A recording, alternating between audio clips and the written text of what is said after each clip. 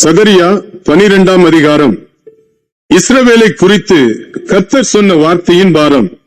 வானங்களை விரித்து பூமியை அஸ்திபாரப்படுத்தி மனுஷனுடைய ஆவியை அவனுக்குள் உண்டாக்குகிற கர்த்தர் சொல்லுகிறது என்னவென்றால், இதோ சுற்றிலும் இருக்கிற எல்லா ஜனங்களுக்கும் நான் எருசலேமை தத்தளிப்பின் பாத்திரமாக்குகிறேன்.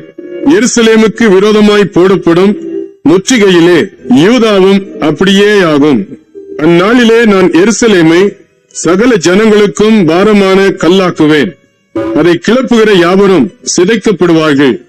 பூமியில் உள்ள ஜாதிகள் எல்லாம் அதற்கு விரோதமாய் கூடிக்கொள்வார்கள்.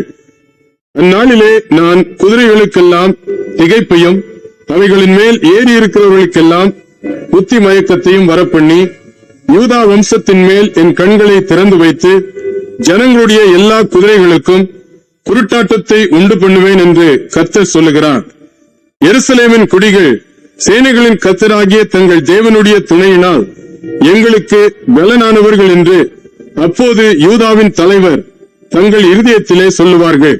அந்நாளிலே யூதாவின் தலைவரை விறகுகளுக்குள்ளே எரிகிற அக்கினி அடுப்புக்கும் வைக்கோல் கட்டுகளுக்குள்ளே எரிகிற தீவட்டிக்கும் ஒப்பாக்குவேன்.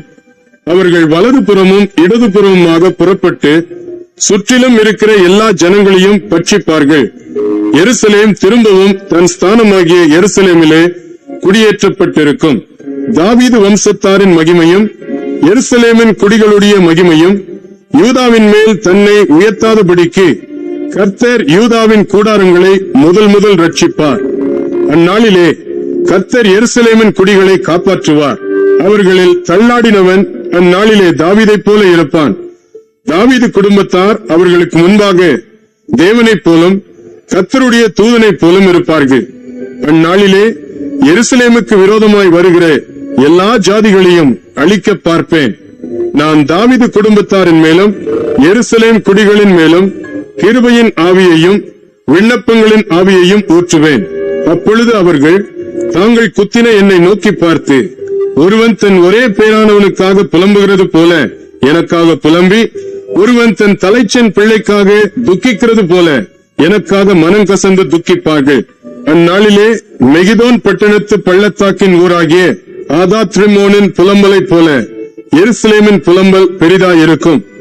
தேசம் புலம்பிக் கொண்டிருக்கும். ஒவ்வொரு வம்சமும் தனித்தனியாக புலம்பும்.